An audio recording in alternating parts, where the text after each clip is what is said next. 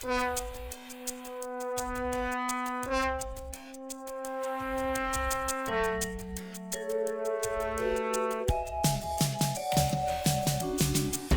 to Into the Unknown with Mike and John, Season 2, Episode 1. In this season's kickoff episode, we examine Missing 411, the cultural phenomenon of missing person cases. I'm Mike Duber. And I'm John Fitzpatrick. Welcome to Season 2, John. Welcome to Season 2, Mike. Yeah, it's, Did you manage to dry your socks after that landing? I did. That fog was wet and cold, man. That was a mess. Well, we're back. Okay. Yeah. Good. We're back. We're And you grabbed your ruck. That was good. Good. And we had a chance to go over some refresher of our Catoctin Area B training so we can survive this season. Yes. Okay. Yes. Good. Okay. Yeah, we'll be fine. We have a map to the House of Horrors. We know where all the squeaky floors are. We're in good shape. We are ready to go. We are good to go. We're gonna get the guy, as they say. Okay. All right. So Missing 411. I suppose we should probably start off with not quite a disclaimer, but maybe an orientation for ourselves and our viewers. Yeah, I think it's only fitting, because as you know, John, we consider ourselves an entertainment podcast, but we're not going to lose sight of the seriousness of missing persons, the topic we're covering today. The cases we will discuss are still open in some cases for those that are still missing. We will highlight the mysterious nature of these, but we know at the heart of all of them, loved ones are missing. We hope that by covering these cases, we generate empathy and compassion, as well as awareness. And we also acknowledge the Herculean efforts of search and rescue teams across the world. Often the efforts of these men, women, and their canine companions go unsung. Finally, as you hike this beautiful country, please keep your eyes open. Even the smallest shred of evidence can make a huge difference in bringing closure. And most important of all, if you have any information concerning these or any missing person case, please contact your local law enforcement. Okay. So let's get to the story. I have another lighthearted disclaimer. Let's try to bring the fun back in a little bit. Let's bring it in. So I wanted to note, we've I'm guilty. I listen to my own podcast. Here we go. Okay. Yeah. So I want to know. This is utter transparency. Yeah. Sometimes I listen to it just because I miss the sound of your voice. But sometimes we took a break. Yeah, sometimes we're recording again. Sometimes I listen to it just to make sure I know what we've said. That's right. And I have to note that we actually briefly brought up Missing 411 in our first episode about the Sykesville monster.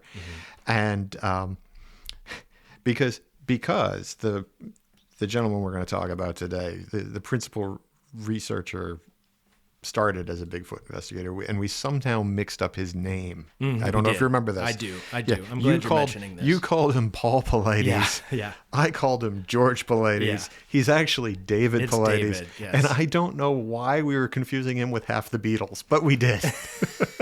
So a synchronicity? I can't see the connection. I'm not sure. Are the Beatles missing? Do we? I think it's just Paul left, right? Do we have to play the Sgt. Pepper album backwards to figure that out? I don't know. Right? We'll have to figure out what the synchronicity is there, or maybe we've got an upcoming episode on the Beatles. I don't know. Oh, please, not the Beatles. Okay. Not my favorite band. Okay, but I wanted to acknowledge our mistake. I'm glad you did that. Especially since I think I may take issue later on with the fact that sometimes research is iffy, and I just want to note our own research can be just as iffy, and we need to acknowledge our own weaknesses as well. So that's true. We want to make sure we're targeting the right person. That's right. No. Where are we starting? That's Well, we're starting with missing persons, and this is a complex and sometimes, oftentimes emotional topic. It is a minefield of theories, opinion, facts, statistics, grief, and nagging wonder. Some famous cases become mythic, such as Amelia Earhart, who is back in current events. Yes. I guess, right? Yes. There's some stories you can click on right at the top of the heap. And we'll just leave it there. Yeah, let's do that. Ambrose Bierce, another one, walked into Mexico, never to be seen again. I think that's one that you had brought to my attention. Yeah, that we should mention here, right? It's an interesting story. Maybe we should look back at sometime. Yeah. Yeah, I think he is claimed to have entered the Zona de Silencio in Mexico. But more on those ideas later. Pins. We'll just pin Lots of that pins. it's a later episode pin. Some of our older listeners will remember, John, that Geraldo opening Al Capone's vaults in 1986. Do you remember that? Yes. Deep in the bowels of Chicago's Lexington Yes, I Hotel. did. Yeah.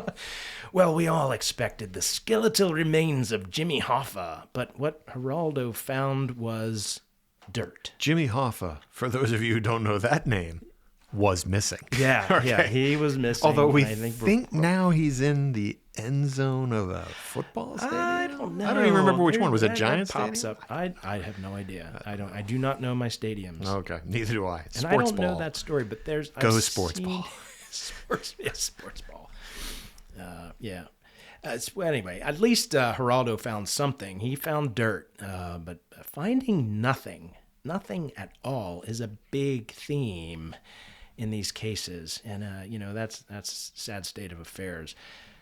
But in addition to stars and the famous, lesser-known people disappear too, all too often. We'll talk about some of those today. And whereas Hoffa was the case of mob intrigue, conspiracy, and mystery, the missing 411 cases have taken on, for better or worse, their own myth-like status. And they really beg the question, is there something paranormal happening? Or are they just really odd, but nonetheless explainable disappearances? Let's dig in. Okay. Let me just take a deep breath. Yeah, I can see the tension in you rising. As the resident skeptic. Skeptic. Yeah. Okay, but I took my deep breath, and we're that's gonna press on because there's I appreciate entertainment that. value here, even though it's a serious There is. topic. Okay. There is. So our goal is not to eat the missing 411 elephant, as the idiom suggests. We're going to look at a specific movie from the missing 411 canon, as the canon covers many books, 3 movies, and numerous videos online, not to mention thousands of forums, blogs, and articles, etc., etc. I decided we should start somewhere and start somewhat small. Somewhere manageable. Yes. And and it's a microcosm, because we can cover the 411 movie and really not lose sight of any specific detail. The movie really covers the full gambit of what you should know about this. So we can, I'm reading along in my script. Good thing I have my glasses on. We can get a holographic sense of the larger elephant with a look at the movie Missing 411, The Hunted, by David Paulides. David Paulides. David. Yes. That is David with a D. Yeah. David Paulides. Not a Beatle at all. We do want to get the man's name right. Yes. So, this is a movie presented in a series of chapters. It's well made technically and cinematically. Would you agree? I mean, I sat down, I watched it. Okay. It was enjoyable. Yeah. It was the production value was excellent. Yeah. Okay. That's what I'm looking for. Just was, as a movie, it's not one of these, made for made for Super 8. As I was saying to you in our pre-recording discussion, which behind the scenes we have pre-recording discussions. Yeah, talk about what we're going through. Anyway, I watched it, and it did its job in the sense that I was initially mystified. Yeah. I watched it and went, something weird is going on here. Yeah. It's presented well. Yeah, no, it does its job. We'll get to that. I mean, it is curated, but that's what the point is. All right, so with the title, Missing 411, The Hunted, a double entendre, although not a sexual one, because I looked that up because I'm like, I'm going to use this, but why? It skews sexual, but it is not. It isn't a double entendre. I'm sure we'll have a sexual double entendre before the end of the episode somewhere. For Pete's sake. Because we're two former Catholic schoolboys. Right. Oh, boy, the comments we're going to get from that one. Well, the double entendre suggests both stories about hunters, yes, that's true, but that somehow they themselves are hunted. So it's a clever title. Now, the premise of the movie is a subset of missing person cases contain similarities from a set of specific criteria. The cases are presented as unusual and anomalous. Although no explanation is suggested in the film, one is prompted to question if these disappearances collectively point to reasons beyond what is normally expected or accepted, aka the paranormal. So it's probably very important that we set these criteria up front. That's not how we get them in the movie, but we want you to know the criteria going into our discussion, because we're going to dive right into a case in Chapter 1, but this should really be mentioned first. So before we get to said Chapter 1, and John, thank you for putting that together. We're really excited to hear your take on this. I'm excited yeah, too. You can see it. That's awesome. He's like a coiled spring, ready to pounce into action like the martial artist he is. John, as the skeptic, will you prepare the first case? John has stepped out his... Don't fine. Okay, and I'll have to admit, right, as the open-minded one that just leaves anything on the table just because I like to see it all displayed before me. John was nice enough to step out of his skeptical echo chamber. I was a professional, and I did my job. That's right. So you can see where this is going today. It's okay. We're going to have fun. We're going to have fun with it. We're going to have fun. We're going to have fun. And we are not going to come to blows over this. We're not. We're not. And but we do want to make sure that we're being honest with the information, and that's important. Critical thinking is important. So Paulides developed a set of criteria to denote missing 411 cases as mysterious or odd. It is not necessary for each case to have each and every criteria point. Some have more than others, but as the points accumulate on a case, one would take notice.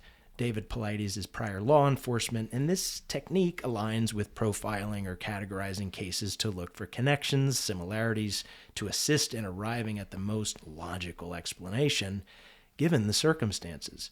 This approach is not unique or novel per se. We do touch upon the FBI later. They play pretty heavily in some of these cases. Now, the criteria are as follows. The first one is point of separation. Perhaps starting in a group, an individual goes off on their own. So they are separated at the point of disappearance. This is known as the point of separation, and that is when they mysteriously disappear. In cases of reappearance, there is often amnesia about the point of separation.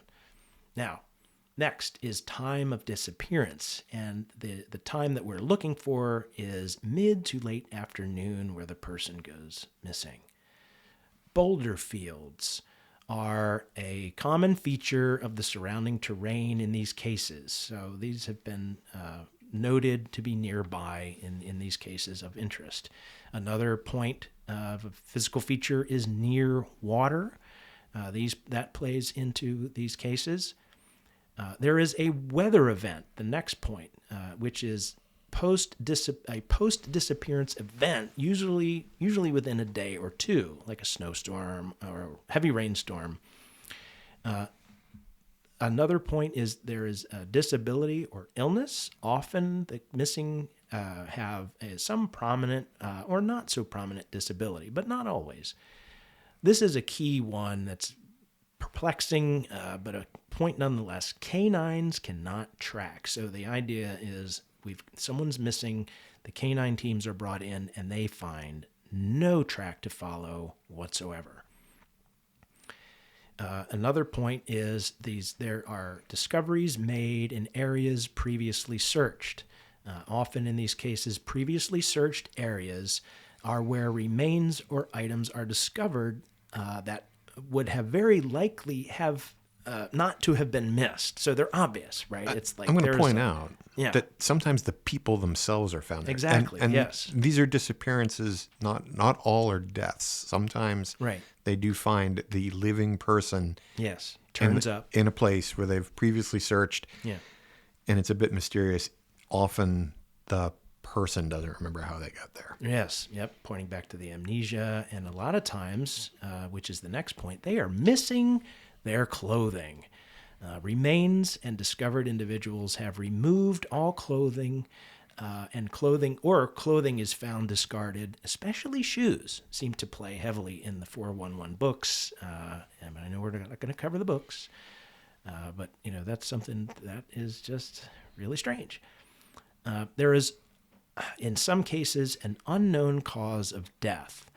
So, although a body is discovered and they are indeed deceased, the cause of death is not apparent after the autopsy, and it just means that they cannot find the reason. There is not a cut, there's not a contusion, it wasn't a heart attack, it wasn't drowning, whatever, what have you. They just don't know. Now, finally, and this is a big one, there is geographical clustering. Like the missing person could be included in several clusters. There's numerous clusters across the United States. If they fall into these boundaries or near these areas, that is considered significant. So many individuals go missing in a relatively small area. And when charted on the map, it shows an interesting suggestive pattern. So those are the criteria. Now, it's also important to note that what would eliminate a case, and these are pretty obvious, although it's very important that you understand that these 4 criteria will immediately eliminate a case because, you'll see. The first is mental illness. So if there's any suggestion that the missing person was suffering from a mental emotional issue of significance or of note, they are removed because that probably is going to, it potentially could play into the reasons. The next is criminal activity for obvious reasons, right? If we have a criminal at play and we start to get the sense that that's what's happened, that's eliminated. Next is voluntary disappearance. Any discovered information that says this person wanted to be gone, obviously that takes them off the list. And then finally, animal predation for obvious reasons. That is, bear attack, and it's pretty obvious. So any suspicion, discovery, or hints of the above obviously would pivot the searchers in different investigation TTPs. TTPs? Yeah. Tactics, techniques, and procedures? That's right, John. Yeah, good. All that military knowledge and training and research really pays off. Well, we'll chalk it up to that, sure. Yeah. We'll leave that there. We'll leave it there. Yeah, TTPs. Those criteria eliminate those cases. And so with these in mind, John, we're about to step into chapter 1 of the movie, and this is where we turn it over to you. 1. Yeah. The mysterious disappearance of Thomas Messick. Okay, so more behind the scenes. I'm going to read what you provide because I know this was my first draft, and if I stumble over anything, that's because I'm going to switch between your draft and my latest notes. I just moved the text. Well, I didn't change it at all. I gave it to you earlier in the week, and then I tried to watch the thing again and look at some more stuff. So we'll see. Let's see how this goes. Yeah, I think we'll okay. The case of Thomas Messick. Tom Messick disappeared on November 15th, 2015. He was last seen in the woods south of Brant Lake in the Lake George Wild Forest in the Adirondacks of upstate New York. I'm going to point out this is within the bounds of the Adirondack Park, which is a state park for New York State. Yeah. He was on a hunting trip with 6 friends and family, 7 total in the group. No sign of him or any of his belongings, and that will be odd later on when you hear what that includes, have ever been recovered. Yeah, he is still missing, folks. Tom Messick was 82 when he disappeared. He lived in Troy, New York, which is south of the disappearance area. He was an experienced outdoorsman and hunter, and even taught hunting skills and hunter safety classes for many years. He was an Army veteran, a paratrooper who served in the 82nd Airborne Division. He was 5'2", 10 inches tall, and weighed about 160 pounds. Tom did have some health issues. He had heart problems and was somewhat disabled from an accident in his youth. In that accident with gunpowder, Tom lost an eye, damaged his hearing, and received extensive wounds to his hand. At the time of his disappearance, Tom was dressed in camouflage pants and jacket, gloves, and a trademark red and black check hat. duck boots, and he carried a handheld transceiver radio, or walkie-talkie, to communicate with his party, and his hunting rifle and ammunition.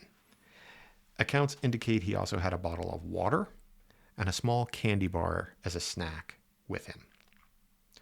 This was Tom's first time hunting in this area. He was not the only senior hunter in the group. 3 others were in Tom's senior age bracket. And based on this, the plan for the hunt was to set a picket with the 4 seniors. These men would settle into stationary positions in a line about 100 yards apart in the woods, just off a marked trail, about 30 or 40 yards each into the woods. Tom anchored on one end of this picket line.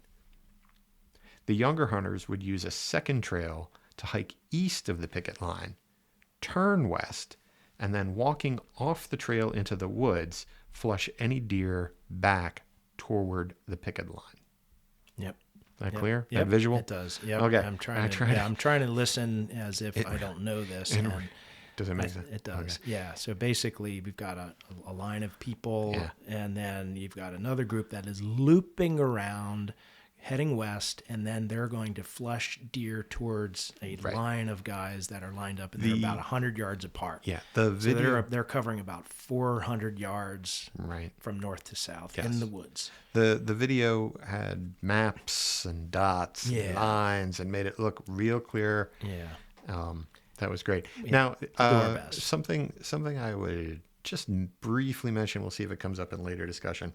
Some other research I did indicated that while this is not an unusual hunting method, some people find it a little unsporting because you're flushing the game towards a position. I have no knowledge to stand on about hunting. I don't either. It seems to me that it is an effective method.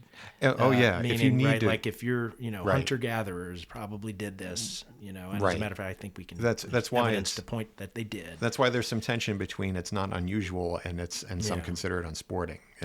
I don't know, but I can't speak. Apparently this is not a practice every hunter endorses. So maybe some listener would put a comment on the episode and tell us about that. And I wanted to bring it up because when we get to the theories about what might have happened in here, sometimes that comes back. So I just wanted to drop that pin.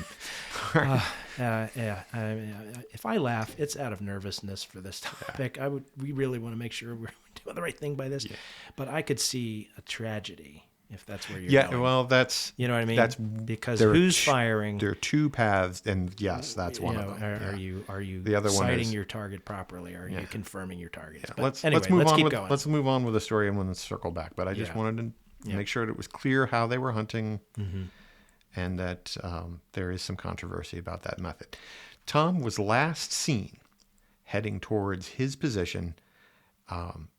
These notes have 10 a.m. that morning. I've actually seen a couple of things. It was probably somewhere between 10 and 11 because the family does say that they got there around lunchtime. So probably closer to 11, but okay. He got there late morning for sure. In later interviews, his friends insisted that Tom understood his role as a watcher and would not move from his position. The hunt proceeded as planned. No deer were encountered by the group that day. Messick did not appear at the agreed upon time.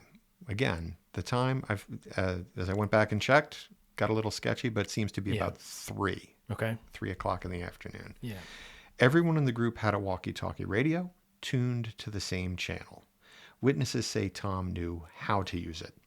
It is a little unclear from the accounts I've read if the group tried to raise Tom on the walkie-talkie. Yeah. And I don't remember that question coming up in the video. Yeah, there are a lot of questions that I think just in the interest of time don't get asked. Right. I that's the other thing is editing certainly is a thing when you're talking about documentaries. So, maybe it just was an unsatisfactory answer or boring or didn't move anything along. Yeah. And while we're stopped, I'm just saying, before we go too far, no deer were encountered by the group that day. Also noted. I think you note that later potentially because there's something there that just becomes weird. That's all. It was November. It was deer season, obviously. Blah, blah, blah. The accounts moved quickly from his disappearance to the group hollering for Tom. The group then contacted forest rangers about 4 p.m., so maybe about an hour or so after he was supposed to report in, for assistance. When it got dark around 7 p.m., half the group stayed behind and used typical methods from the hunter safety courses to attract Tom's attention, honking the truck horns and periodically firing their rifles. Okay, because the sound, of course, travels and is distinctive. It would be recognizable to Tom. After some time, these men left the scene and reported Tom as missing to law enforcement authorities and his wife, his family at home. On November 16th, an organized search was conducted, including about 13 search and rescue, or SAR, professionals from the Park Service, the State Park Service. The search eventually extended over weeks and involved large numbers of people with various related skills. On some days, over 300 people, first responders and volunteers, searched the woods. Dogs were used to track his scent. Divers were called in to check the lake and the pond that were nearby, and helicopters from both the state and the National Guard were used to search overhead. The ground search covered over 4 square miles of land, very thoroughly. We'll get to that in a second. That's a lot of square miles. Yeah. That's a lot of land. The State Police Aviation Unit and Air National Guard helicopters extended that range significantly in terms of ground covered. Obviously not with the same thoroughness, but they did have their own advantages of equipment such as thermal imaging. The search was so large and prolonged that some members of the public in that area questioned whether the governor's brother had been lost in the woods. During this initial phase of the search, authorities note that the area seemed devoid of wildlife. That's right. I thought I saw it. Yep. Yes. No deer. They note no squirrels. Yeah. No Nothing. chipmunks. Yeah. Nothing. Right. Yep. Yeah. Interesting. Okay. More than 15, possibly many more, up to 50 first responder agencies were engaged. I guess when people go missing in that area, it's an event, and well, time is of the essence, Yeah. right? I mean, Yes. if you can flood the zone and find the people, because, at that age and depending on the time of Right. year, the temperatures that they get down to. It's interesting that they couldn't be specific on the agencies, but I would also guess that, folks who work 2 towns over type thing might show up and say, here, it's my day off. I'm here to do it. Right. So how you account the agencies might be a little off. Right. And But it may be unofficial. Right. So first responder agencies were engaged. That officially does include the local forest rangers, the local police and canine units, a state police special operations response team, SWAT team, the county sheriffs, SAR units, and perhaps most notably, the FBI showed up. The weather was poor. Remember, it was November. Yeah. November rains did make an appearance. Again, shortly after his disappearance, so that met the criteria. Right. Yep. The dogs were deployed before the worst of the storms. That was pointed out. Yep. Okay. The search teams... And the implication there is that the scent, the scent would not have been washed away. Which would defy them later for getting a scent potentially, although those scents can hang around for a long time. For a long time, yes. And they can find them. Yeah, the search teams were meticulous. The video goes into it in great detail. They used an old-fashioned but highly reliable system of marking off searched grids with long lines of twine, eventually crisscrossing and creating a web among the trees. So first they searched in a grid pattern one direction, then they flanked themselves basically and searched in the completely opposite. So they would go crisscross east to direction, west and then north to south to make sure that the view picture would change and they wouldn't miss anything. Right. Every inch of ground and swamp was walked or waded as necessary. Nothing turned up. Tom Messick had left no intentional sign, which is the kind of thing he would have trained others to do in an emergency. Right. And no one found his heavy hardware, meaning the rifle or his radio, things that are typically lost, things that are also considered precious and might not be accidentally left behind. Especially if you're a hunter in the woods, you'd probably want to keep your rifle. Tom was vanished. Yeah. Okay. Yep. Given his age and disability, searchers did not believe that Tom could wander outside the searched area. They considered the possibility he had stumbled into a cave or crevice, but there was no sign that this was the case. Searchers considered foul play, but they turned up no evidence indicating any additional suspicious circumstances beyond his complete and utter disappearance. Mm-hmm. The presence of the FBI does become of interest at this point. The FBI arrived on November 19th, 4 days into the search. Mm-hmm. This was a local missing persons case.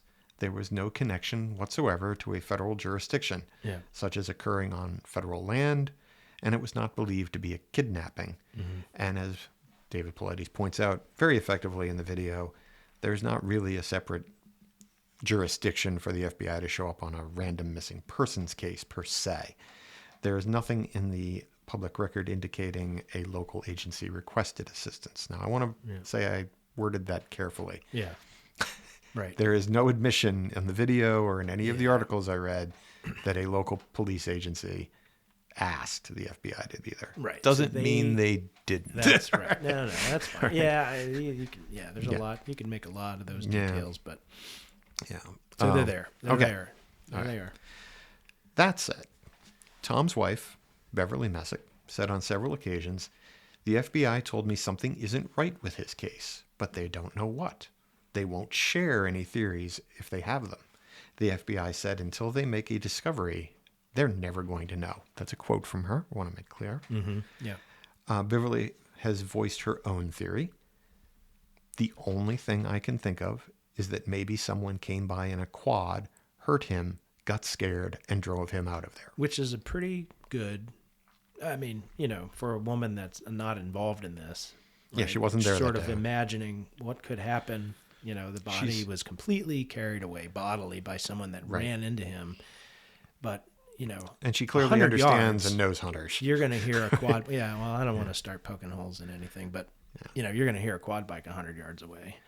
Although nobody heard You'd it. think. Yeah, you'd think so. Anyway. You'd think. Since the disappearance, authorities are on record as recently as 2023 saying the case remains open and the area is periodically searched for any new clues. Mm-hmm. In 2018, state police brought in cadaver dogs, but nothing was discovered. Mm-hmm. So they are trained differently. They search for different smells, not necessarily alerting this is on strictly Tom the smell Messick. of death. Right. The smell of decay. Yeah, dog training is so fascinating. It really is. That they are trained for very special purposes. It's actually rare to cross-train them. Yeah. Because well, they're you so wouldn't want it specialized to trained. be. Yeah, you would want them to be specialized because. Yeah, gotcha. So in 2019, David Paulides interviewed participants in the case for this movie, Missing 411. So that's the time frame about when the movie information is current. Yeah. Is 2019. Paulides and we're going to talk a little bit about some specifics of his investigation in the video.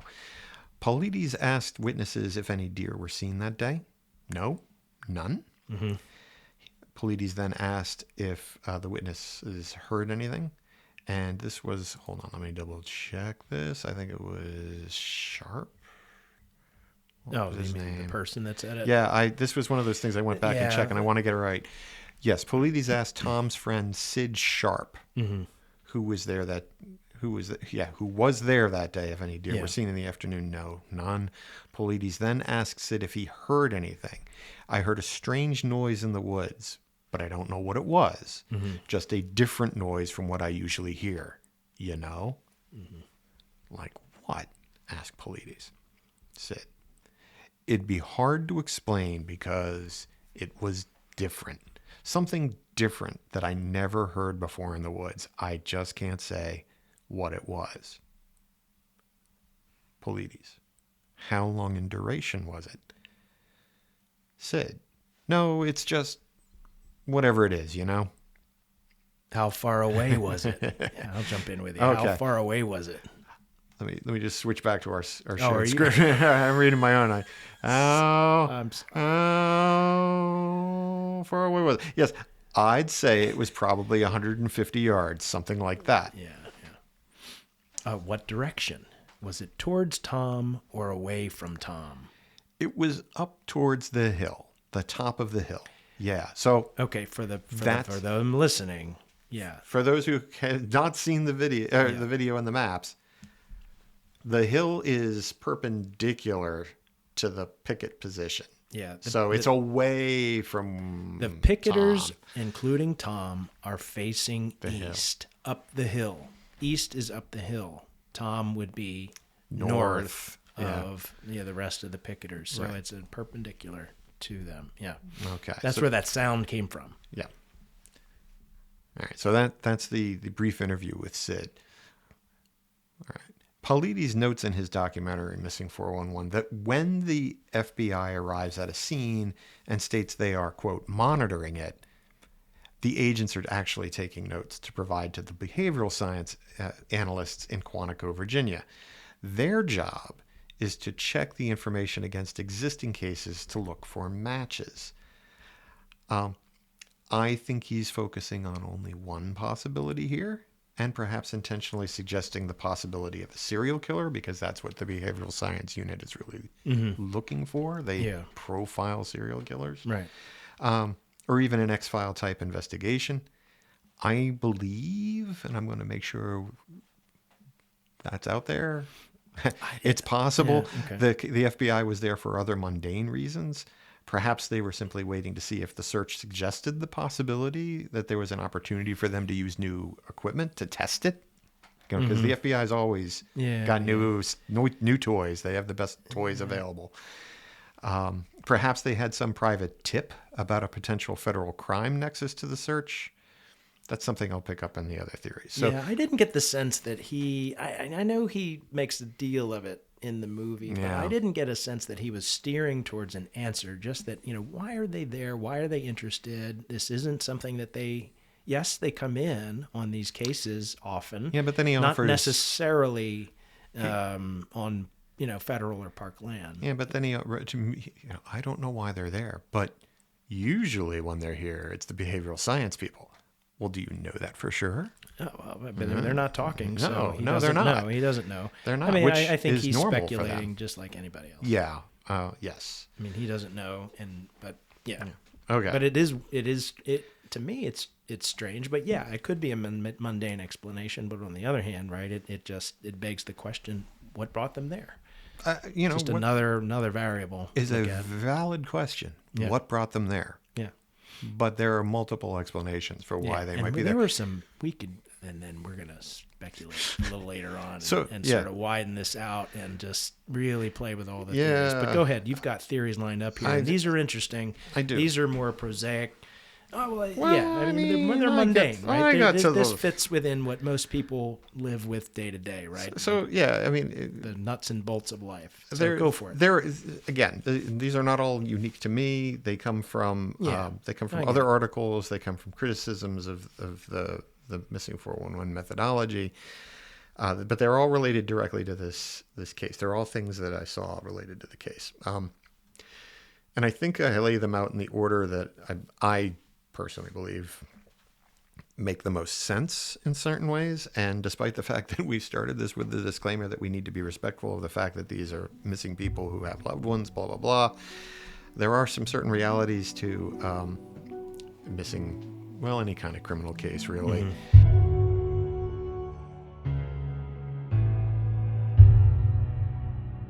We'll be right back.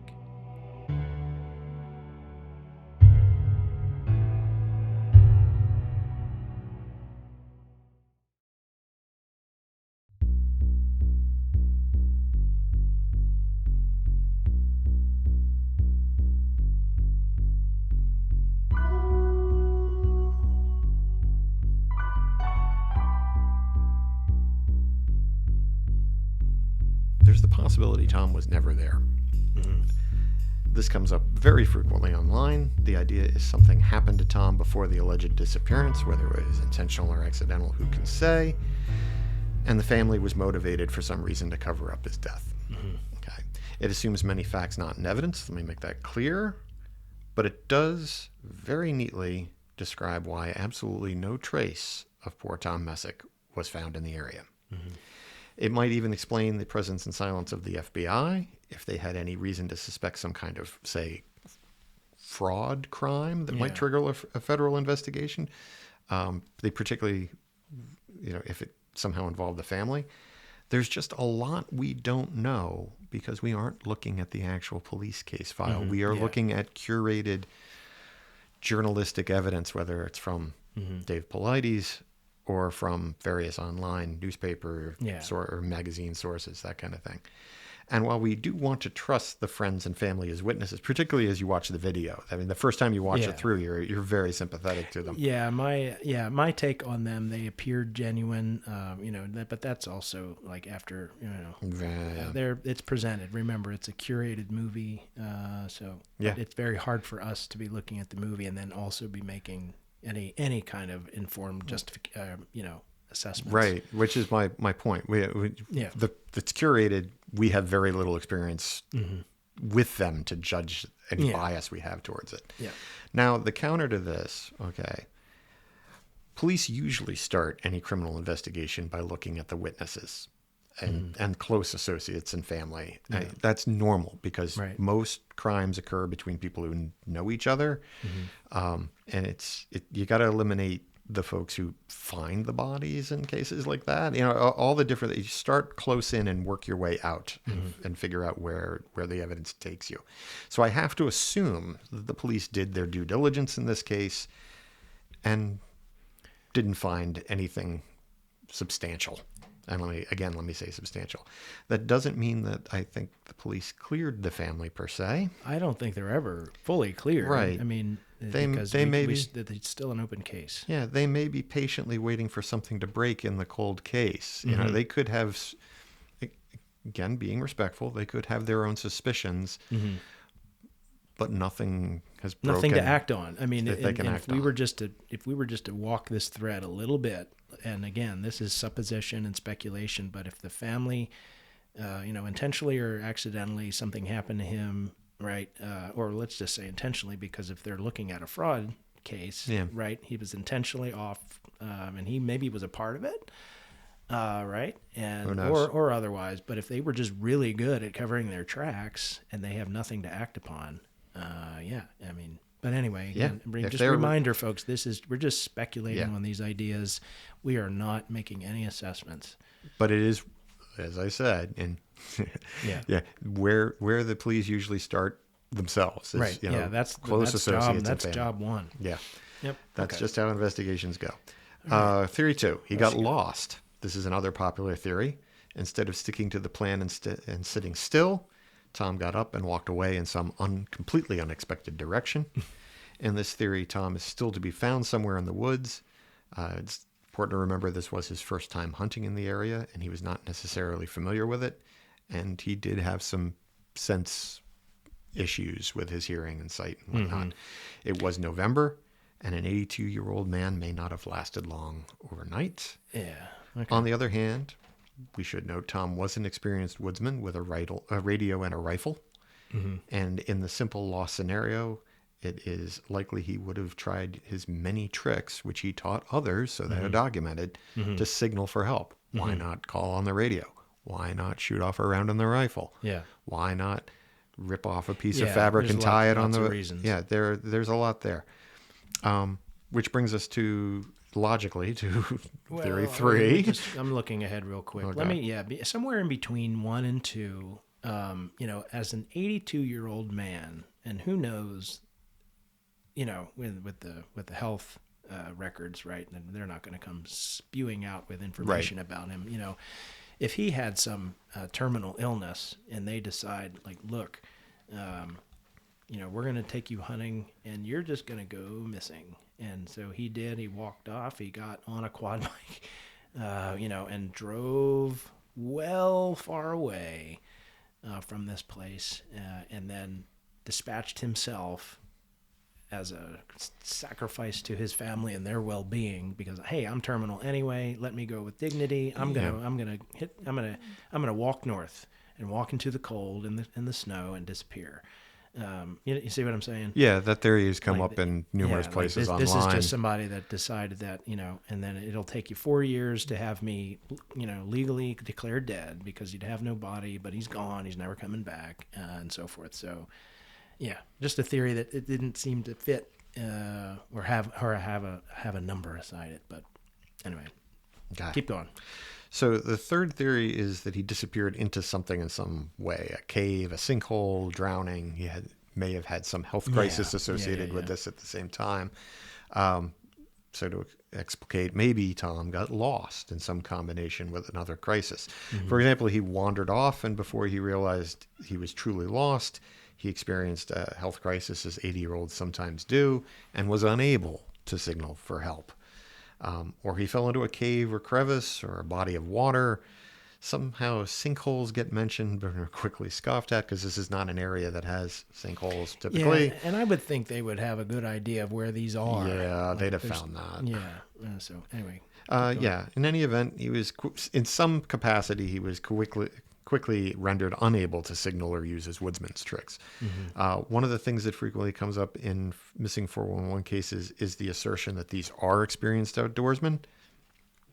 That's true in many cases, but we should also keep in mind that these are people who frequent the outdoors often enough to get into trouble. Got to keep that in mind. They're also more likely to take chances because they've got experience and they can sometimes estimate their skills. Not untrue, but on the other hand, I mean, there's an 82-year-old guy in a picket line, and we're to believe that he suddenly decided that he's going to do something. I don't know. Risky. Yeah. It doesn't go well. He falls and cracks his head and then vanishes into thin air. I mean, I get it. And all of these arguments, okay. But I think... I know they have to be stated, but at the same time, it's like... everything so far has to deal with I get poor you. Tom by himself. Okay. Yep. Theory 4...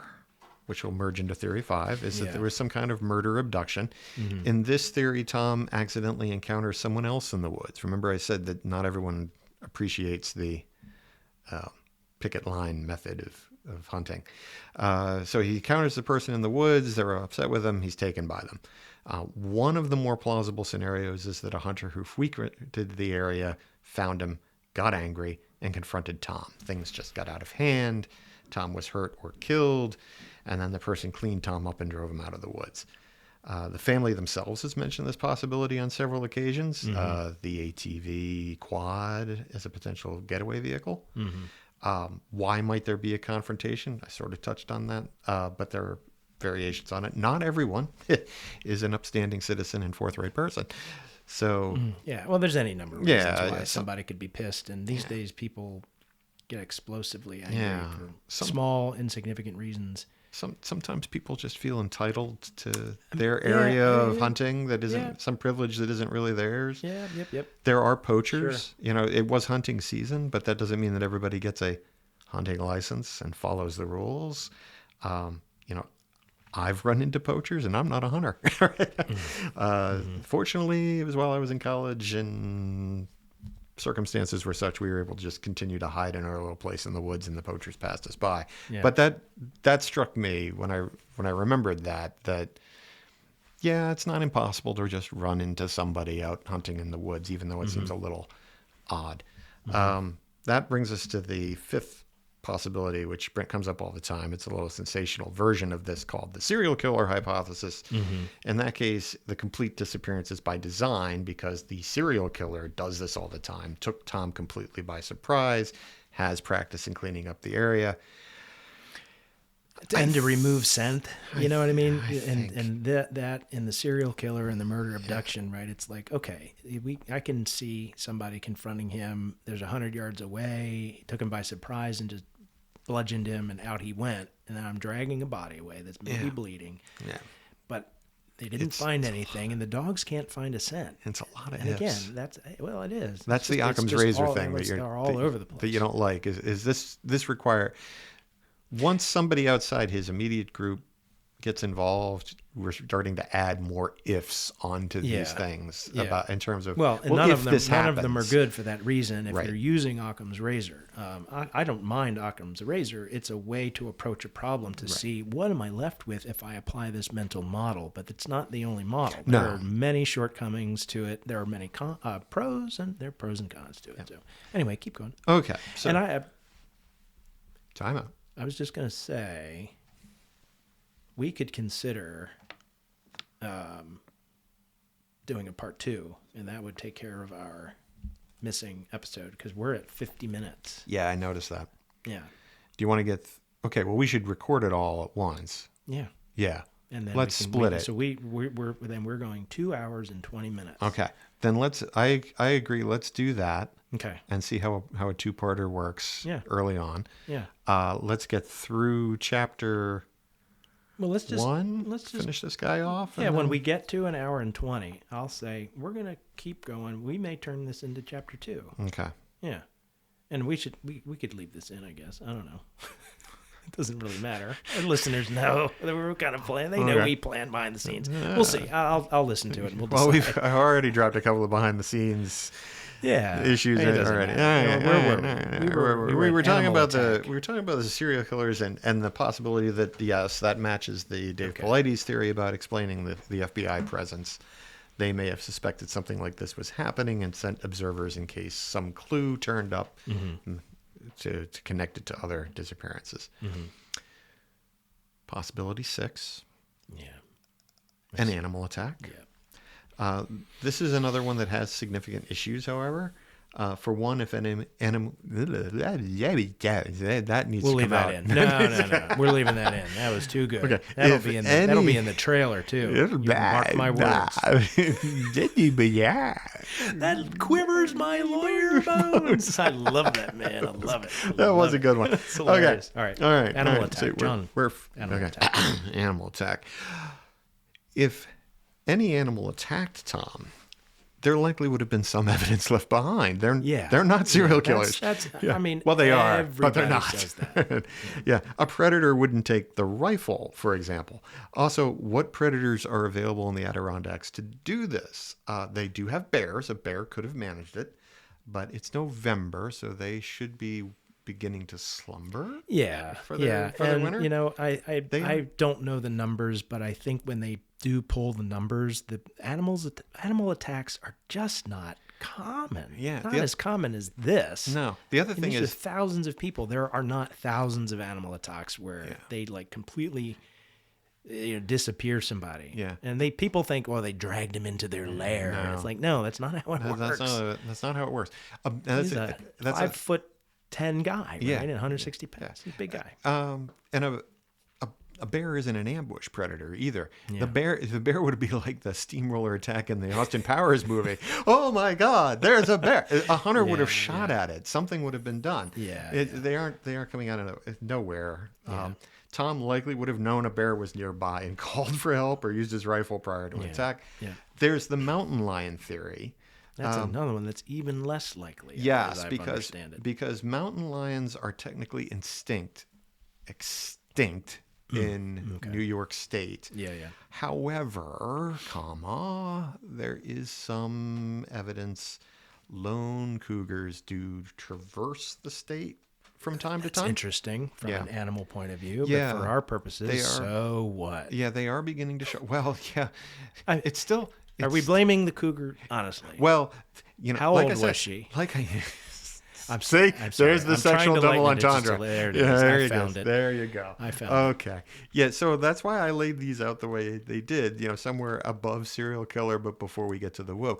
There's a lot of it's still within the Occam's razor number of ifs before you get to the woo, but it is unlikely. It's probably on the likelihood order of a serial killer just randomly encountering 82-year-old guy in the woods and saying, that guy fits my profile. That's right. I'm going to kill that guy. I'm going to eat your hat. I'm going to eat your rifle, the bullets, the gunpowder, everything you have, the energy bar, the wrapper, and then I'm going to lick the scent off of every leaf and rock and stick. I mean, come on. So animal attack. We've covered possible, but let's. Okay. So now we're going into the unknown. I know this drives you nuts. Go ahead. Into the unknown. Well, it doesn't. Okay. So the paranormal. Parentheses I have here. Bigfoot UFO. Now remember, a lot of bucketing I keep telling you this. Yeah, it's one big bucket because I knew we could riff for hours on it. It's not. These are just notes. Okay, but let me read what I got, and then we can talk. Go ahead. Okay. So literally anything beyond what I've just said could fit this category. That's why it's a little problematic. We can't prove it one way or the other. Could Bigfoot have been the ambush predator of Tom? We can talk about that. Let me go through the rest of it. But I'm keeping my mouth shut. Go ahead. Yeah. Could he have walked into a portal to Fairy or a micro black hole? Again. Yeah. And all the using all the tropes, all there. Right? To just pour salt in the wound of the paranormal folks. Go for it. Well, I know it's still a paranormal go podcast. Ahead. Read the next one. Read the next one. And I'll go right down the rabbit hole. Did aliens swoop in and tractor beam them aboard their saucer? I don't know. Don't know. Hey, and this is true. I like this one though, because this is a true tall tale. I recently read about the Hudson Valley, which is south of here, but still part of New York. Giant barn spiders. I know. Giant spiders. I saw you picked out the strangest story and dragged it in here because that's what. Well, that's what. But we it's do. still that's what we do. Okay. So sure. All of these remain on the table. We can start to pick them apart a little, like you wanted to do, and I'm happy to do that. Yeah. But I really do feel that these require the most ifs possible, and they're going to completely violate the Occam's razor idea that the fewest number of ifs. Right. Should you choose to use that mental model? Right. But happy to discuss. Yeah. Well, they're all and again, you want to start with Bigfoot? Given that Dave Paulides was a Bigfoot and research. Yeah, I mean, well, we're at a decision point because we could say, got it, we got the Messick case, that's chapter 1, and then I could walk you through the other chapters that we have, and then get to our quote unquote wrap up. There are two chapters towards the end that point to, his experience with the Bigfoot topic. Yeah, I know. It's not. He does. It's not. The video brings it up. I guess he does have 2 feet in it, but so they're more inferred and implied.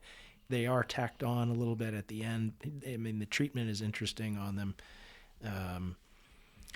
So I guess So what occurred to me when I read your notes and of number 7, and you've got paranormal, and in parentheses. For the listeners, he's got Bigfoot / UFO. So he just took all the woo and threw it into a bullet point and just and waved his hand. I'm not really waving my hand. I mean, each one we could go down each of these. It was just simply a case of I'm teasing. Now we're here. Now we're here. Now we're at the point, and we're on a this is into the unknown, but we do look at these paranormal topics. So what I thought would be interesting to do, because we looked at animal attack and we picked it apart a little bit, serial killer, the rest of them, we picked them apart. So let's pick apart Bigfoot as a suspect, right? As a I call it a phenomenon. I'm ready to pick apart Bigfoot, right? And we have a body of knowledge that we collectively have enough that we could talk about Bigfoot, Sasquatch, as a suspect.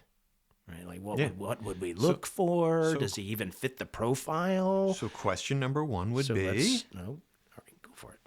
Do you want me to ask it, or you? I think you know the question, so I was hoping you'd ask it. And then I was going to. Softball. And then So the question would be, because I don't know it. Go ahead, ask it.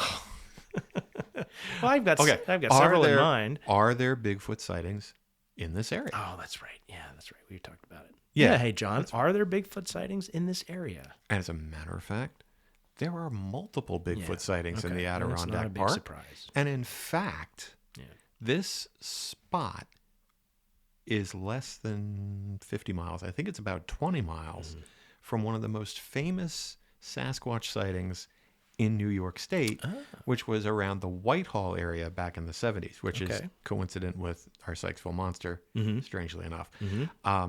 Well, it's not strange. It actually cleaves quite closely, and I think that makes sense. Yeah. So I was actually, I did not go to look for Tom Messick, but I was actually in the Adirondack Park about this time last year, and they have they're making the most of the Bigfoot connection. They are selling Bigfoot souvenirs everywhere you go. Right. Driving my poor wife industry behind crazy about look, more Bigfoot stuff. The The Adirondack Bigfoot is somewhat unique. He's more orangutan-like. So there's Okay. even, Yeah. the descriptions of sightings in this vicinity, they're frequent. Mm-hmm. They are different. Mm-hmm. They match to each other-ish. Mm-hmm. But if you were to stop and ask, well, okay, if we assume Bigfoot exists, is Bigfoot in the area? The answer is yes. Yeah. Yes. There are There's sightings. some connection. There is a body of information that from the testimony of people that we can look at, right? Yeah. And again, the point of this is we have listeners potentially that have a body of knowledge as well. They may have beliefs, thoughts, and opinions on this, and is after all, right? What we're here to do is examine the unknown and see what's there. So again, I say, is this something that we would expect a Sasquatch Question to two. do? Right. Yeah. Is this in his MO? Is this in the Bigfoot MO? Well, we also know that there are Bigfoot encounters across the country that are sometimes aggressive. Mm-hmm. Yes. Okay. Right. We know that there are Bigfoot stories that include Bigfoot hunting animals. Mm-hmm. Yeah. So right. Could it? I presume would it attack a person? Carnivore? Yeah, possibly. Right. There are furthermore stories about Bigfoot attacking people from time to time. Right. They are not the common ones, as we discussed before. Right. Yeah, But- we're looking at a spectrum of all the testimony. So everything from this is a peace-loving species that is, and we're also, I think when we spoke earlier, we're also talking about, we can accept that it is or is not dimensional. A dimensional Yes, creature that yeah, is that- phasing in and out. Would There's it sneak up on him? Right. Type thing. Yes. Well, it could and potentially do more that. so, right? The sneaking up using the ELF, right? The extra low or the extremely low frequency infrasound that some believe it possesses, Right. To sort of stun an individual. There's associated Oz effects associated with the creature as well. So does Bigfoot abduct people? I've not heard any testimony about that. Have you? Yes. Okay. I have. There are some. I've heard of he lifts people up and carries them for Yeah. a time, but I've not heard them necessarily into the lair they went, never to return. Of course, those how would stories we do know, exist. right? I believe.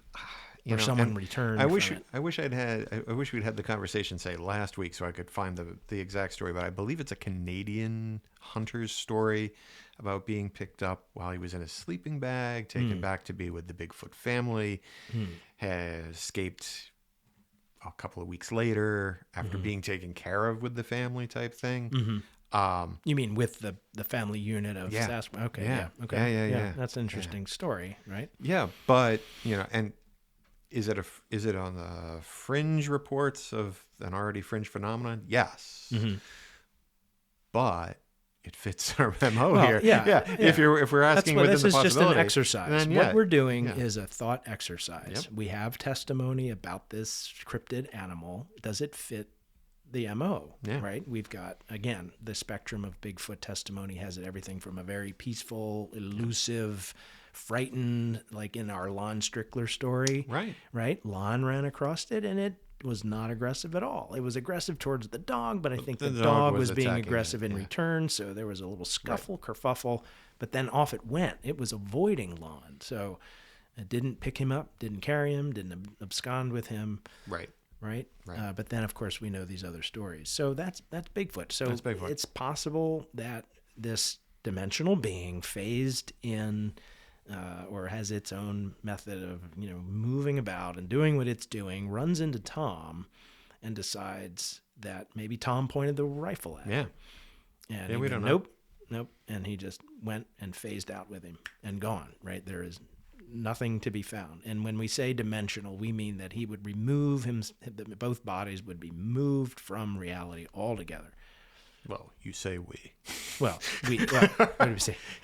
We are saying this in the room, but I prefer the others. I prefer would the say- paws and pelts theory with my Bigfoot, but yeah. Oh, is that right? well, if I'm gonna if you're accept a Bigfoot, gonna choose one, if I'm gonna choose one, I gave that up a while ago. I mean, it's all hard to digest. I understand because why. it's. Yes, I mean, it's you're absolutely right. such a break from what I run into. But I do not subscribe to the Paws and Pelts.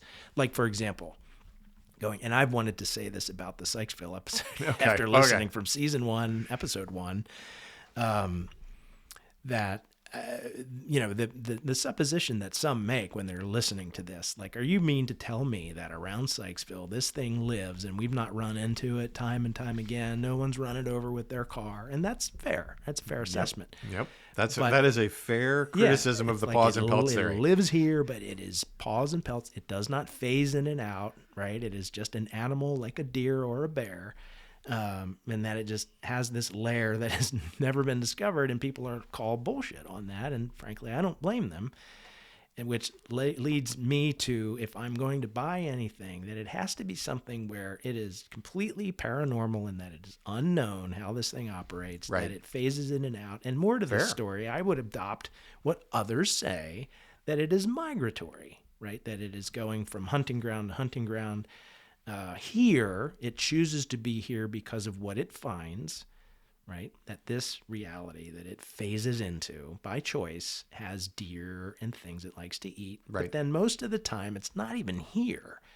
And again, folks, make very clear that I'm repeating the theories that others have. Remember, this is a thought experiment. We are completely toying with all of these thoughts and ideas that people have around these topics. Have we covered Bigfoot? Yeah, I think we should. Let's do the UFO one. Let's do it. Yeah. Okay. You did sort of, with the phase in, phase out, discuss the possibility of portals and micro black holes in a sense. Yeah. That's a theory we'll get to beyond. But right now we're dealing with these two. Okay. So then we'll do with the UFO. Yeah. Okay. So go for it. Question 1 there. Yeah. Are there UFO sightings in this area? Answer is yes. Yes, there are UFO sightings in New York State. They are. I think we're going to cover one. We are planning sooner than there later. is a pin to be put in this. We are going to sooner or later talk about the Hudson Valley sightings in the 80s, which were south of here. Yeah. But there are many UFO sightings in this vicinity as well. So, John, do UFOs or NHI, non-human intelligences that purportedly pilot these craft that phase in and out, and we can safely say that that's what they do, right? That if you were to accept that theory, that these are dimensional beings or their craft are able to phase in and out, is it in their methods of operation to abduct people and disappear them? We can certainly say that a lot more stories exist about a non-human intelligence, a gray alien. Yes, particularly. There's plenty of testimony. Plenty of stories that they abduct people. Right. Are any of those stories, say, tied to this area? Again, the answer is a resounding yes. There are several famous stories about this, including one of the most famous, Whitley Strieber from Communion. Author Whitley Strieber, noted paranormal UFO experiencer. An abductee. What had his experience in upstate New York. Right. Yes. So I don't know that it was precisely this area, but it's close enough for government work in this case. Yeah. Well, I think the mileage on UFO craft are such that I think it's in range before they have to pause at a Tesla station and charge up. Right. Or at a minimum, the local volcano in Iceland. That's right. I'm bringing it all in, John. That's a good one. It's good. It's good. You're welcome. Yes. So, if we're plumbing the depths of woo, then the UAP potential hypothesis here seems even more plausible than the Bigfoot one. Yeah, I would say, because there's plenty of evidence that if I were applying Occam's razor here, in my subjective world, right, I'd say I put on the mantle of Occam and I pull my broadsword, my razor of Occam, right, and I say, in my subjective world, this exists. You can talk about serial killers. You can talk about, the anomalous puma attack or the mountain lion, the cougar attack. But in my world, as I open my aperture of things I accept in my world as plausible, Sasquatch and UFO are part of them. And if I were to cut with the razor, this is more plausible because a UFO has the ability to arrive undetected. Apparently, if you listen to testimony, Anywhere. they can stun some area, have a field effect that says no one is aware of their They arrival. can isolate the victim, yes. And subdue These are all the victim. within the existing That's right. stories, yes. Yeah, and they can take every last stitch of what's there and escape with them into the universe, into the cloud. They They're are off. more and likely they will to never be detected and potentially never found if they're not brought back. They are certainly more likely to understand how to forensically clean a scene. Yeah. Well, but the thing about the canine tracking is, as I understand it, they said that the scents are short, right? They can follow the scent like locally, maybe 4 or 5 feet, and then it's over. That's something I'd heard, but that doesn't really matter. It just comes down to they don't have a scent to track for any length of time. Yeah, I don't know a whole lot about tracking dogs per se, but I in looking through this stuff and some of the criticisms, it was pointed out that there, as with many things, Hollywood has conditioned the average person to believe that the tracking dogs are infallible when in fact, oh no, they're not infallible, not at all. And I mean where is individual to the dog in terms of how much skill and how far they can track it and blah blah blah. So yes, there are some extraordinary ones, and that's what people want to believe they're all capable of. But yeah, and it's not it. Well, I mean they are they are supremely talented creatures. Yes. Right. I mean they have their senses have abilities far beyond humans in many aspects, but. Yeah, they're not infallible, and there is a limit, but they're pretty amazing. I mean, I think if I recall, the MythBusters did a pretty good episode on canine tracking, and when they say, "Well, I'm going to go into the river, I'm going to go down river, and then cross and keep going," right, and to throw off the scent. So the trackers can say, well, they went into the water. Yeah, that's a problem, but we're going to cross and we're going to go up and go down. And now we're going to pick the scent back up. You're into the handler's technique being as important as the dog's sensory apparatus. Exactly. So all I'm saying is they're pretty amazing. Anyway, but not infallible. I would never claim that. So we have a suspect in our case here in UFO phenomena that if we accept it as something that's in our reality, that he could have been absconded with by some NHI in a craft, and that would explain the fact that he is gone and there is virtually no trace and there is nothing to look for because it is all gone. So third one I told you I wanted to touch on was the indigenous story. Oh, okay. Yeah, go ahead, dig in. I'm sorry. I'm blanking on all of our pre-discussions. Especially if you want me to buy into the woo, let me woo. No, go for it. No, I applaud it. This is what we're supposed to be doing. Right. So the other thing that does come up from time to time is, the indigenous people of upstate New York. There are several tribes. There are Iroquois, there are Mohawk, there are Huron. I think they're Iroquois, but there are many tribes. But all of them in this area have their own stories about little people of the forest. Mm-hmm. They all have different names. Mm-hmm. Yeah. And they are mostly, not always, but mostly curious about people, sometimes mischievous enough that they get upset with people, that they prod people, poke people, take people, all that kind of stuff. I did do the research, but I can't necessarily pronounce all their little names, little people names. We do the best we can. But it usually gets sort of, unfortunately, mishmashed, conflated with some of the stuff from further east, namely the Pukwudgie of the eastern coastal New England tribes, particularly the Wampanoag of Massachusetts. And, that they're not exactly the same, but again, Pukwudgie are little people, fairy analogs in a sense, from the indigenous. And, they in particular, forest dwelling, and they have an animosity towards people. Mm-hmm.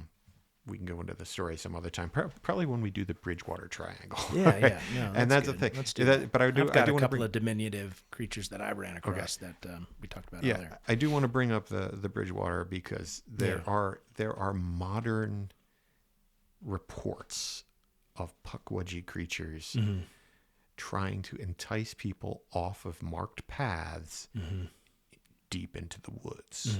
Yeah, yeah. We'll cover those when we get there. But this is, again, if you're dealing with woo, and you want to go with a third story that is do we want to call it woo? Not too? Bigfoot. I'm fine with it. Yeah, I know you are. I'm not going to say that. Yeah, if we're dealing with the paranormal, if it's not Bigfoot or UFOs, I wanted to throw out, another potential culprit. Like an intelligent agency. Yeah. In that these fey analogs from indigenous folklore are in this area. Yeah. And the other thing to mention about the Adirondacks is the whole point of it is it's state protected land. Very complicated protection, but it's intended to keep it as wild as possible. So when you hear they went into the woods, they really went into the woods. This is not like even what you and I are familiar with in, say, Patapsco State Park here. Yeah. If you're not familiar with upstate New York, it is thick. They are trying to. There is development allowed. It's a public-private partnership. Like I said, it gets complicated, but this was state land, state wilderness, state park.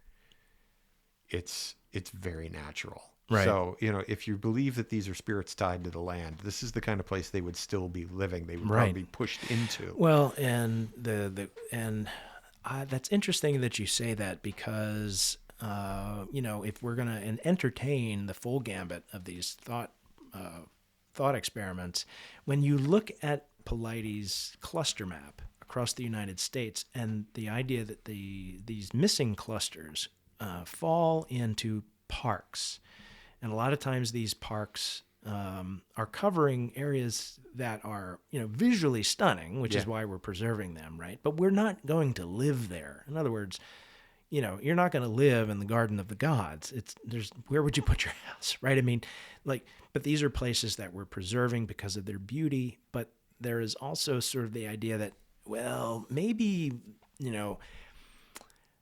we are not living there because through time, anybody that lived near or around some of these places just was experiencing some horrible things, and we have just evolved to avoid them, right? There is a theory that the national parks are protecting us from what lives in them. Yeah, not the other way around. I mean, that's an interesting thread to pull on because it starts to lay the groundwork for an overlay that we can put on this, right? To say, well, there's a reason why the Park Service doesn't keep a list of the missing that is available. Right, you can't FOIA request it from these people, right? Yeah. Right, and I know that I'm rolling my eyes. I know you're rolling your eyes, but I mean, I have theories about that too. This is and just because you have a theory doesn't mean that the other one it's correct. Doesn't mean I'm right. No, it doesn't. And this is what people look at. And again, I'll say this now because we start to say it a lot later, or at least I will. Like when there are so many coincidences pile up. The C word becomes absurd after a while. It's like there are so many weird things in a pile, you can't think these are all coincidence. So, but again, this is why this has always been interesting to me. Well, I'm happy to pick that thread up, but I'm wondering. Yeah. Because I don't know how we're going to, if we're going to edit the previous part. We are at about the 100. We're at the hour and 20 18 minutes. Yeah. So we should probably call this episode quits-ish. We can certainly roll our I'll tell you out what, of it. I'll and tell then you pick what. up again in a bit for episode 2. Let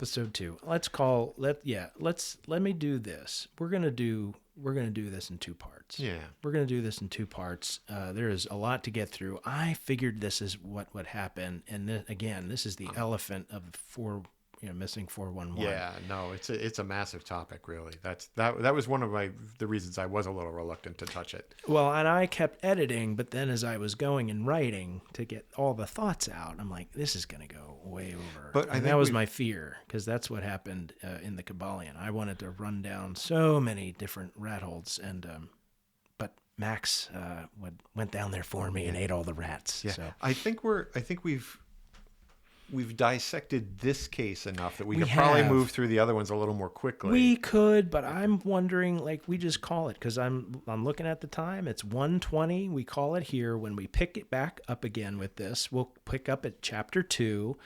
And I don't want to breeze through the other chapters. There's at least one other case that I'd like to look at because it presents differently. Yeah. It drags in other elements that I think are worth talking about, that are extremely interesting.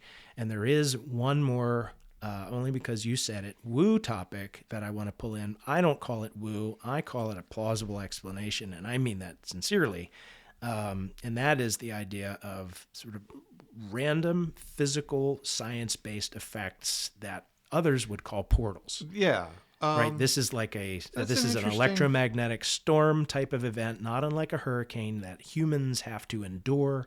But in this case, they're more random. Yeah. They're less common, but they have huge impacts, and the least one of which is that people can disappear in the midst of them. So this is I can't one wait that to there's hear a you lot of describe information this. on it. Yeah, there's a lot of information out there on it. So that kind of thing I actually reserve judgment on, because I do feel like quantum physics, which I can't pretend to understand, is beginning to open up areas where there are those completely random effects of the universe that are not reproducible, therefore not easily explained or studied in a lab environment.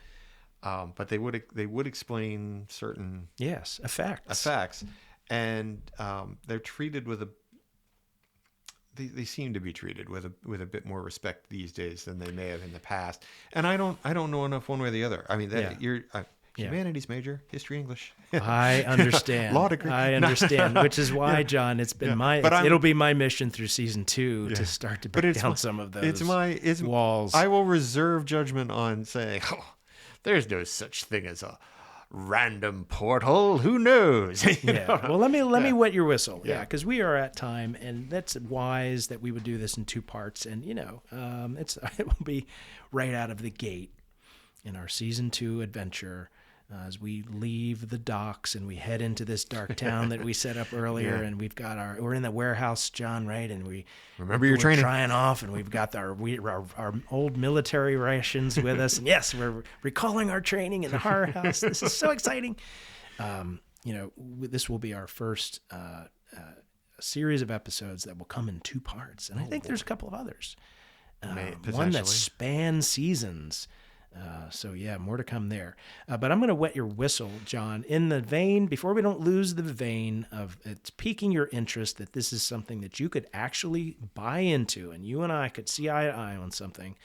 NASA has come out and said that it is terming a new discovery that occurs between the Earth and the Sun. There's an interaction between the magnetosphere of the Earth and the magnetic solar effect of the Sun, where they say portals open, or rather, a portal opens at regular intervals, and of course, material fly through it. And so they are terming it a portal. And it is really just one step away from the Einstein-Rosen bridge theory of wormholes. I don't want to make too many definitive statements. I too am not right. I did okay in STEM, but I'm reading. I will tell you right now. Look at that book right there. Yeah, I'm gonna plug her book. Let me have that. Oh, this tone on the top. Yeah, let me hand that. Okay. No, not that one. It's sticky. Hold on. What? Oh no. I was like, what the hell happened to my book? Another double entendre. Yeah. Put that back. Yeah, put that back under the cushion. Put that back under the couch cushion. You got any hand sanitizer? What are you saying? I'm clean. This book is called Quantum Design, A Beginner's Guide to the Fascinating World of Quantum Physics. And this is by Katie Norris. Now, interesting, you want to talk about a Maryland connection. Katie Norris grew up not far away from the Goat Man's home. The Goat Man? Yeah, if I recall. I love that guy. She lives in California now, but I ran into, and I actually met Katie. She was at the CPAC. That was good. I met her at the CPAC conference out in Central California when I flew out there. Now, that is the Conference on Precession and Ancient Knowledge. Oh, okay. And so she was there. Okay. Thank you for the clarification. Yeah. CPAC, C-P-A-K. Fascinating stuff. We're going to pull a lot, actually, from those speakers because I got to meet them. I met Robert Schoch. I met Freddie Silva and had a picture taken because he's my hero. I love Freddie Silva. His writing and work is so cool. We'll be pulling topics from them. But yeah, Katie was there selling her book, and I bought it, and I told her the next time that I come to CPAC, which will be in a couple of years, when they hold it again, I will tell her what I thought of it. So I'm plugging her book. I would go get it. So we're straying into the world of quantum physics, and we're hoping that it helps us explain some of these paranormal things. And again, right, paranormal is just that understanding that we don't yet have, but we're striving to do. And of course, to bring this all back, why would we strive to do so? Well, it could close some doors on some cases and provide some explanations and closure for folks that, again, as we mentioned earlier, these cases are open. We want to keep our eyes on these because these are human beings that we do not know where they are. And if we can provide some closure, that would be excellent. So anything you want to say as we head into our closing here, John? No, but mainly because it's so weird that we're just going to pick up this conversation again in about 5 minutes after a bathroom break and cut episode 2. I thought, well, we could record it later and just move on to the next topic. No.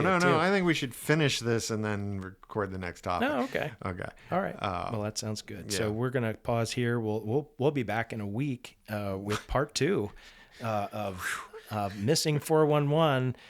The Hunted. And time travel does exist. It does. Yeah, that's right, man. This is warping my brain a little bit because I got to think ahead. But yeah, we'll be back in a week and we'll see you then. In the meantime, thanks for listening. And this is fun. Welcome to season 2. We're happy to be here. We're glad. Season 2. I know. Do you believe it? It's so exciting. It is awesome. And we hope that you are along for season 2 and you come with us on this foray further into the unknown. What was that town you call it? Innsmouth. All right. So we're exploring Innsmouth.